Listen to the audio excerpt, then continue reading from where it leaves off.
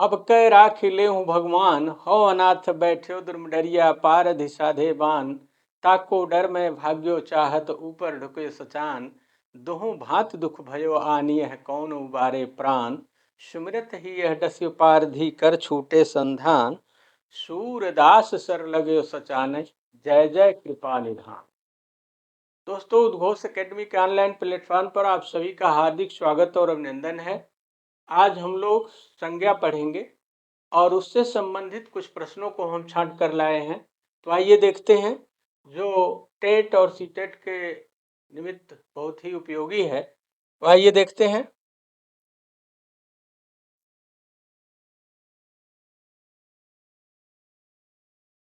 इसमें देखिए, संज्ञा शब्द दिया हुआ है। अब आप जानते हैं कि संसार में जितने भी सजीव, निर्जीव या कोई भी जीव जंतु हैं, कुछ भी है इस प्रकृति में, उन सभी को हम किसी न किसी नाम से जानते हैं। तो जिस नाम से जानते हैं उसी को हम क्या कहते हैं? संज्ञा कहते हैं। देखिए, इसकी ये यहाँ दिया हुआ है कि परिभाषा में कि संज्ञा ये नाम का दूसरा जो नाम होता है, यानी किसी के नाम को ही संज्ञा कहते हैं। तो नाम का ही दूसरा नाम व्याकरण में क्या है? तो संज्ञा है। यानी किसी के नाम को ही हम क्या कहते हैं? संज्ञा कहते हैं। ये नहीं है। अब इसकी परिभाषा देख लीजिए। किसी वस्तु, स्थान, जाति अथवा भाव के नाम का बोध कराने वाले शब्दों को हम संज्ञा कहते हैं। यानी किसी वस्तु हो, स्थान हो, जाति हो या भाव हो, उसका जो ज्ञान कराए वही हमारा संज्ञा है। जैसे उदाहरण में देखें, पटना, गंगा, पटना, मानव, बचपन, ये सब क्या है? ये एक स्थिति, एक अवस्था का ज्ञान करा रहे हैं, इसलिए ये संज्ञा के उदाहरण हैं। अब आती है बात, संज्ञा के भेद कितने हैं? तो संज्ञा के 5 भेद हैं। पहला है व्यक्तिवाचक, दूसरा है जातिवाचक, तीसरा है समूहवाचक और चौथा है द्रव्यवाचक और पांचवा है भाववाचक। ठीक है, आगे हम लोग देखते हैं। देखिए, इसमें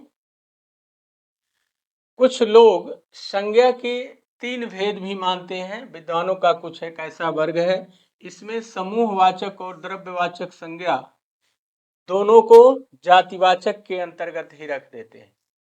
जब जातिवाचक के अंतर्गत इन दोनों को शामिल कर लिया जाता है, तब संज्ञा के जो है 3 भेद हो जाते हैं। संज्ञा के 3 भेद तब हो जाते हैं। संज्ञा के भेद की अगर हम बात तब करेंगे तो इसके 3 भेद हो जाएंगे। तो अगर इस तरह से आपसे पूछता है कि मुख्य रूप से संज्ञा के कितने भेद हैं, तो आप 3 बता सकते हैं। ऐसे सामान्य शब्दों में पूछता है कि संज्ञा के कितने भेद हैं, तो इसके 5 ही भेद होते हैं। इसके बाद अगला इसमें आता है पहला, व्यक्तिवाचक संज्ञा, यानी वह संज्ञा शब्द जो एक वस्तु अथवा एक व्यक्ति का जो बोध कराता है, ज्ञान कराता है, उसे हम कहते हैं व्यक्तिवाचक संज्ञा। इसमें बहुत सारे आ जाएंगे। जैसे जब हम समुद्र कहेंगे तब तो जातिवाचक में आएगा, लेकिन जैसे समुद्रों के नाम हिंद महासागर, प्रशांत महासागर, अंध महासागर, ऐसे करके, ठीक है, अटलांटिक महासागर, इस तरह से जब आप कहते हैं, अलग अलग नामकरण कर देते हैं, तो वह क्या हो जाएगा? व्यक्तिवाचक संज्ञा। चौराहों के नाम, हर शहर में चौराहे होते हैं, लेकिन जब उन चौराहों का किसी व्यक्ति विशेष या किसी धर्म विशेष के साथ जोड़ करके नाम रख दिया जाता है, तो वो चौराहा भी क्या हो जाएगा? व्यक्तिवाचक हो जाएगा। दिन महीनों के नाम एक का ज्ञान कराते हैं, इसलिए भी इसी में आएंगे। समाचार पत्रों के नाम, हिंदू है तो दैनिक है तो भास्कर है, जो भी है, इस तरह से केवल समाचार पत्र कहेंगे तो दूसरे श्रेणी में जाएगा, लेकिन जब आप नामकरण कर देते हैं तो एक का ज्ञान होता है। ऐसे ही उत्सवों के नाम, होली, दीपावली, ईद, जितना भी याद आया है सब हो जाएगा। भवनों, स्थानों के नाम, मान लीजिए कोई राष्ट्रपति भवन है, कोई जो है ललित कला भवन है, या इस तरह से बहुत सारे भवन आते हैं, स्थान आते हैं, पटना, गंगा, वो सबको हम इसमें रखेंगे। व्यक्तिवाचक में आएगा। व्यक्तियों के नाम। व्यक्तियों के नाम में देखिए, इसमें व्यक्तियों के नाम रमेश, गिरजेश, दिनेश, ये जाएगा, ये भी व्यक्तिवाचक। नदियों के नाम गंगा, कृष्णा, कावेरी, गोमती, ये भी इसमें। देशों के नाम जितने भी विश्व के देश हैं, शहरों के नाम, ये भी इसमें आ जाएगा। पुस्तकों के नाम जितने भी पुस्तक हैं, जैसे मान लीजिए बहुत सारे रामचरितमानस हैं, रामायण है, गीता है, विष्णु पुराण है, बहुत सारे जितने भी हैं या नावल हैं, उन सब के नाम अलग अलग रखेंगे तो भी व्यक्तिवाचक में। पर्वतों के नाम, हिमालय है, अरावली है, नीलगिरी है, या ब्लैक फॉरेस्ट है, बहुत सारे पर्वतों के नाम, तो जब अलग अलग रखेंगे तो पर्वतों के नाम भी किस में आएंगे? व्यक्तिवाचक में आ जाएंगे। आगे देखते हैं। दूसरा आपका आता है जातिवाचक संज्ञा। जातिवाचक यानी जो एक पूरे जाति का, जाति और समूह में कोई बहुत ज्यादा अंतर नहीं है। अगर मुख्य रूप से देखा जाए तो अंतर किसका होता है? भौतिक दूरी का होता है। यानी जाति में भौतिक दूरी मायने नहीं रखती है, जबकि समूह में भौतिक दूरी मायने रखती है। तो जाति में क्या है? देखिए, जो एक ही प्रकार की वस्तुओं या वर्ग का बोध कराए। किसी जाति का या वर्ग का होने के लिए किसी भी वस्तु को या किसी भी जीवित प्राणी को कुछ शर्तें पालन करनी होती हैं। अगर वो शर्तों को पूरा करता है तो वो उस जाति का, उस श्रेणी का, उस वर्ग का, उसे हम मान लेते हैं। जैसे मान लीजिए हम लोगों की जाति मनुष्य जाति है। अब रंग चाहे भिन्न भिन्न हो, विश्व में है भी, लेकिन चूंकि मानव होने के लिए कुछ शर्तें हैं। जैसे है इसमें है कि मेधावी मस्तिष्क होना चाहिए, एक विकसित भाषा होना चाहिए, 2 पैरों पर चलने की क्षमता होनी चाहिए, स्वचालित अंगूठा होना चाहिए, 3 डायमेंशनल यानी त्रिविमी आंख होनी चाहिए। ये 4-5 शर्तें अगर कोई भी रूप रंग किसी भी तरह का व्यक्ति अगर वह पूरा करता है तो चाहे विश्व के किसी भी कोने में हो, उसे हम किस में ले लेंगे? उसे हम जातिवाचक में रखेंगे, क्योंकि वो मानव जाति का है। इसी तरह से बहुत सारी चीजें हैं जो उसका कराती हैं। अब जैसे मान लीजिए गाय आप कहते हैं, बैल कहते हैं, या कोई जानवर कहते हैं, तो उसमें भी क्या आपका हो गया? जातिवाचक। यानी गाय कहा गया तो सभी तरह की जातें, चाहे वह फ्रीजियन है या फिर जर्सी है, साहिवाल है या देसी गाय है, जो भी है। तो आइए इसका उदाहरण देखते हैं। इसमें देखिए, जैसे वस्तुओं के नाम। वस्तुओं के नाम में कलम। अब कलम में राड है कि जेल है कि जिनेब वाली पेन है, क्या है, ये सब इसमें आ जाएंगे।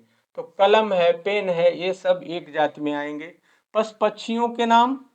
अब जैसे मान लीजिए पशु कहा गया तो पशु में सारे पशु आ गए।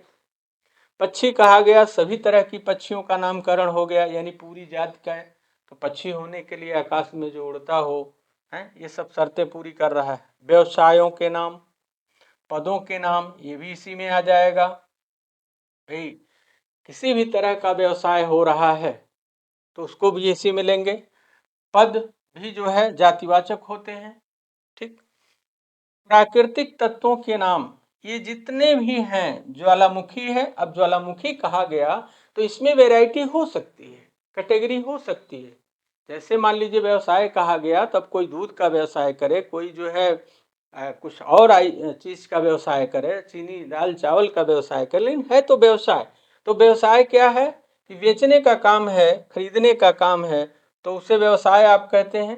इसी तरह से जब आप प्राकृतिक तत्वों में ज्वालामुखी आप कहते हैं, तो ज्वालामुखी कई तरह के होते हैं। शांत है, सुषुप्त है कि जागृत है, इससे हमको नहीं मतलब है। ज्वालामुखी होने के लिए कुछ चीजें होनी चाहिए, शर्तें, वो जो पूरी करता है उसे हम ज्वालामुखी कहेंगे। सुनामी, अब चाहे किसी भी महासागर में आए, लेकिन सुनामी की एक विशेषता होती है, जो भी पूरी करते उसे हम सुनामी कहेंगे। बर्फ चाहे कहीं किसी भी इलाके का हो, तो इसमें क्या है? एक जाति का है। यहाँ थोड़ा सा ध्यान दीजिएगा कि नेपोलियन, ये यह है, नेपोलियन जैसे शब्दों में जातिवाचक संज्ञा होती है। देखा जाए ये नेपोलियन क्या है? व्यक्तिवाचक संज्ञा है। लेकिन उसमें जो एक विशेषता या गुण देखा जाता है, उसकी जो उपाधि दी जाती है, लोग कहते हैं फला जैसा है, कालिदास की तरह, शेक्सपियर की तरह है। तो शेक्सपियर पर्टिकुलर एक व्यक्ति का नाम है, लेकिन उनकी जो विशेषताएं अन्य से तुलना कराई जाए तो वहां क्या हो जाएगा, जाति का। यानी जो लोग जो है नेपोलियन जैसा धैर्य, साहस, बुद्धिमत्ता से काम लेते हैं, वो सारे लोग इसमें आ गए नेपोलियन कहने पर। तो इसमें क्या हो जाएगा, जातिवाचक संज्ञा हो जाएगा। आइए आगे देखते हैं समूहवाचक संज्ञा। समूहवाचक संज्ञा में यहां देखेंगे कि जिस शब्द से किसी वस्तु व्यक्ति के समूह का बोध होता हो, यानी पूरे ग्रुप का जो बोध कराता हो, उसे हम समूहवाचक कहते हैं। हमने अभी आपसे कहा कि जातिवाचक में भौतिक दूरी मायने रखती है, लेकिन समूहवाचक में, अरे जातिवाचक में भौतिक दूरी मायने नहीं रखती, लेकिन समूहवाचक में भौतिक दूरी मायने रखती है। जातिवाचक में कौन कितना दूर है, इससे हमको लेना देना नहीं है। कोई अमेरिका ऑस्ट्रेलिया में है, लेकिन किसी भी जाति धर्म का है, लेकिन है मानव, तो मानव जाति कहने पर पूरा विश्व सिमट जाता है।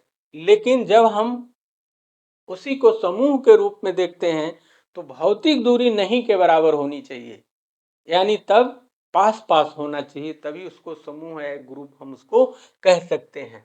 ठीक है, जैसे इसमें देखिए कक्षा, किसी कक्षा में एक दो बच्चे बैठे हों, उसको आप कक्षा नहीं कह सकते। यानी कक्षा का मतलब एक मानक के हिसाब से एक डेस्क बेंच पर जो बैठने की व्यवस्था है, उसमें पास पास होने चाहिए, 2 4 10 की संख्या होनी चाहिए। भीड़, कंधे से कंधा मिला करके लोग खड़े होते हैं, कौन डॉक्टर इंजीनियर क्या है, इससे किसी को लेना देना नहीं होता है।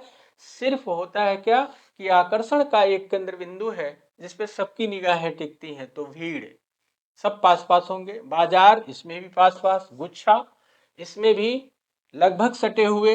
जुलूस, ये भी भीड़ का ही एक अंग है, इसमें गुच्छा देखिए, गुच्छा 2 बार आ गया। कुंज, जहाँ पौधे सटे सटे होते हैं। संघ, ढेर, मान लीजिए आप 2 बोरी या 4 बोरी गेहूं या चावल या कुछ भी जो छोटा आइटम इस तरह का है, इकट्ठे गिरा देते हैं, या 4 डलिया आम गिरा देते हैं, तो आप कह सकते हैं कि अनाज का ढेर लगा है, या आम का, या किसी का ढेर लगा है। पुंज, प्रकाश जो है हमेशा क्या है, पुंज, मंडल के रूप में जो आती है, ये भी श्रृंखला, सेना, परिवार, इन सब में आप देखें तो सबकी सबकी जो भौतिक दूरी होती है वो एकदम सटीक होती है, पास पास होती है। ठीक। पुस्तकालय, अब लाइब्रेरी में एक दो पुस्तकें तो होंगी नहीं, और जो होंगी तो एक रैक में एक नहीं होगा, उसमें कई सारी, बहुत सारी पुस्तकों को रखा जाएगा। यानी भौतिक दूरी इसमें मायने रखती है।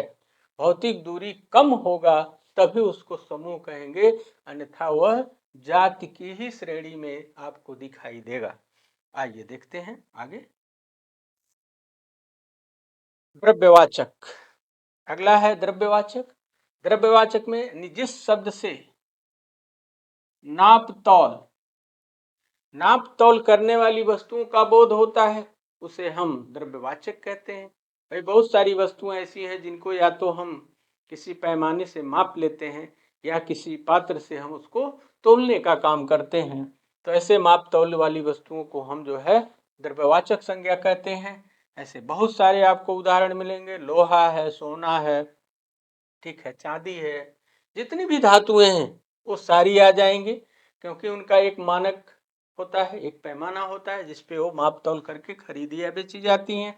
इसी तरह से द्रव्यवाचक में देखें, तेल है, घी है, तेजाब है, जितने भी लिक्विड ऑयल तरह की चीजें हो सारी इसमें आ जाएंगी। तो इनको भी आप किसी लीटर से या किसी मीटर से, किसी पैमाने से ही मापते हैं, तो माप तौल की वस्तुओं में इनको भी काउंट करेंगे।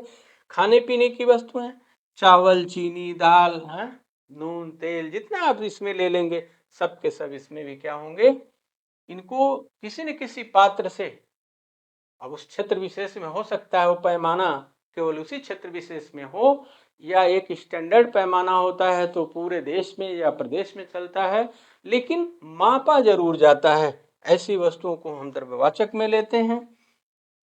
आइए अगला देखते हैं, भाववाचक। भाववाचक में क्या है कि जो एक स्थिति या अवस्था का ज्ञान कराए। देखिए यहाँ लिखा हुआ है, जिस शब्द से किसी वस्तु या व्यक्ति की क्या हो, गुण, दशा, भाव, धर्म, अवस्था या स्थिति का ज्ञान कराए। यानी कोई वस्तु किस अवस्था में है, किस स्थिति में है, उसके क्या गुण दोष हैं, इसका जो ज्ञान कराए, उस शब्द को हम क्या कहते हैं, भाववाचक संज्ञा की मानी जाती है। इसमें बहुत सारे उदाहरण हैं। जैसे मान लीजिए यहाँ लड़का है, लड़का है तो जातिवाचक है, लेकिन इसमें लड़कपन लग गया तो यानी उसकी एक विशेषता है कि लड़कपन में बच्चे कैसे होते हैं, किस नेचर के होते हैं, तो उसकी विशेषता या उसकी अवस्था का ज्ञान करा रहा है कि अभी उसमें लड़कपन है। तो ये किस में चला जाएगा, भाववाचक में। चोर, चोर तो आप कह सकते हैं जातिवाचक, लेकिन चोरी जब हुआ तो ये भाववाचक है। पशु से पशुता, ये भी भाववाचक है। अपना से अपनत्व, ये सब में देखें। मीठा, मीठा शब्द जो है क्या है, यह आप कह सकते हैं कि जातिवाचक संज्ञा है, यानी जितने खाने पीने की चीजें मीठी हों सब इसमें ले सकते हैं। लेकिन मिठास शब्द जब आएगा तो ये भाव दे रहा है, भाववाचक संज्ञा होगा। ये पूछा भी गया है।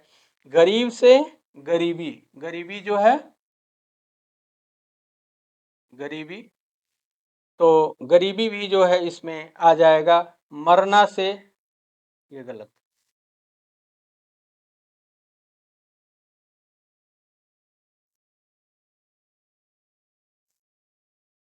इसमें और भी है। चढ़ना से चढ़ाई है, चढ़ना से चढ़ाई है।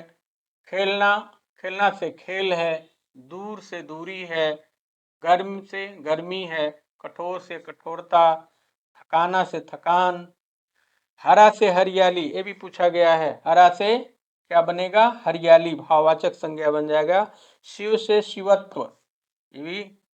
गांधी से गांधीवाद, ये सब के सब शब्द क्या हैं, पूरे के पूरे ये जो है भाववाचक संज्ञा का बोध कराते हैं। चलिए और भी देखते हैं। अब देखिए इसमें कुछ हम प्रश्न लेकर के आए हुए हैं, उसको देखिए। जो अभी आपने पढ़ा उसके आधार पर इन प्रश्नों को देखिए, ठीक है।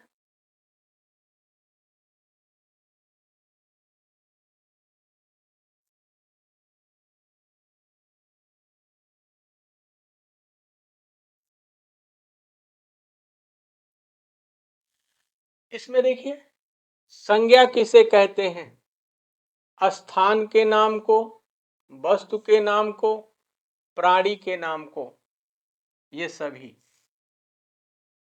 तो आप जानते हैं इसकी परिभाषा में ही लिखा गया है कि किसी वस्तु, स्थान या भाव, जाति या भाव के नाम को संज्ञा कहते हैं। तो यानी ये सभी क्या होंगे, शामिल हो जाएंगे। इसमें विकल्प हो जाएगा आपका 4, कि ये सभी इसमें शामिल हो जाएंगे, ठीक है। आगे देखिए दूसरा, संज्ञा के भेद नहीं है। संज्ञा के भेद कौन नहीं है इसमें, तो जातिवाचक संज्ञा प्रकार में आता ही है। गुणवाचक संज्ञा,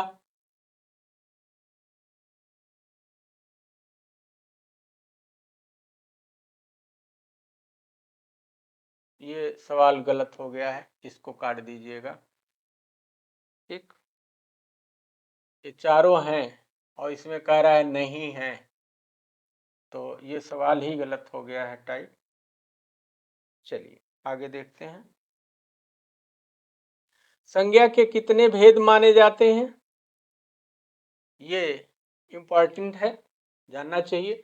एक चीज जान लीजिए, संज्ञा, सर्वनाम, क्रिया, विशेषण, वाच्य, अव्यय, लिंग, प्रत्यय, जितने भी हैं टॉपिक आपके, उसमें अगर सीधे सीधे एक सवाल तो हर परीक्षा में रहता है कि इसके प्रकार कितने होते हैं। ये बहुत सीधा साधा सवाल होता है, और ऐसे सवाल जब हमसे मिस होते हैं तो हम लोग बहुत पछताते हैं। कई दिनों तक ये बात खलती है कि हमने उसके प्रकार क्यों नहीं देखे, क्योंकि आप प्रकार तो जानते ही हैं, कंफ्यूज हो जाते हैं, एक दो अंक आगे जाते हैं या पीछे जाते हैं। तो ऐसा ना करें, जरूर देख लें प्रकार। तो संज्ञा के अभी अभी प्रकार जो है हम लोगों ने देखा कि ये 5 प्रकार के होती है संज्ञा। आगे देखिए, जातिवाचक संज्ञा शब्द है क्या है? तो जाति में कामायनी क्या है? कामायनी को देखेंगे, ये नाम है किताब का। सुशील ये भी नाम है। बचपन ये भाव दे रहा है, ये पूछ रहा है हमसे क्या? जातिवाचक। तो डॉक्टर क्या है? एक जाति का नाम है, यानी जो पेशे से वैद्य होता है या दूसरे के दुखों को दूर करता है वो डॉक्टर होता है। तो ये जाति हो गई, तो जातिवाचक संज्ञा हो जाएगा। आइए दूसरा देखते हैं। निम्नलिखित में कौन सा शब्द संज्ञा शब्द है? इसमें कौन सा शब्द? क्रुद्ध, क्रोधित, क्रोधी। ये देखें अगर क्रम से, तो क्रुद्ध है, क्रोध है, क्रोधित है, ये दोनों किस में चले जाएंगे? भाववाचक में। तो बचा क्या आपका? क्रोध।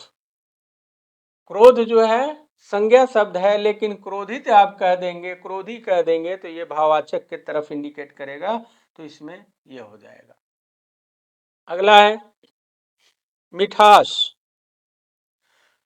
मिठास शब्द क्या है?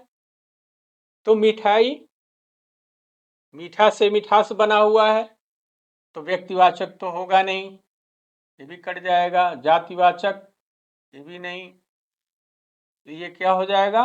भाववाचक हो जाएगा, क्योंकि मिठास शब्द है, मीठा रहता तो हम इसको क्या कहते? जातिवाचक संज्ञा में काउंट कर लेते। अगला देखिए।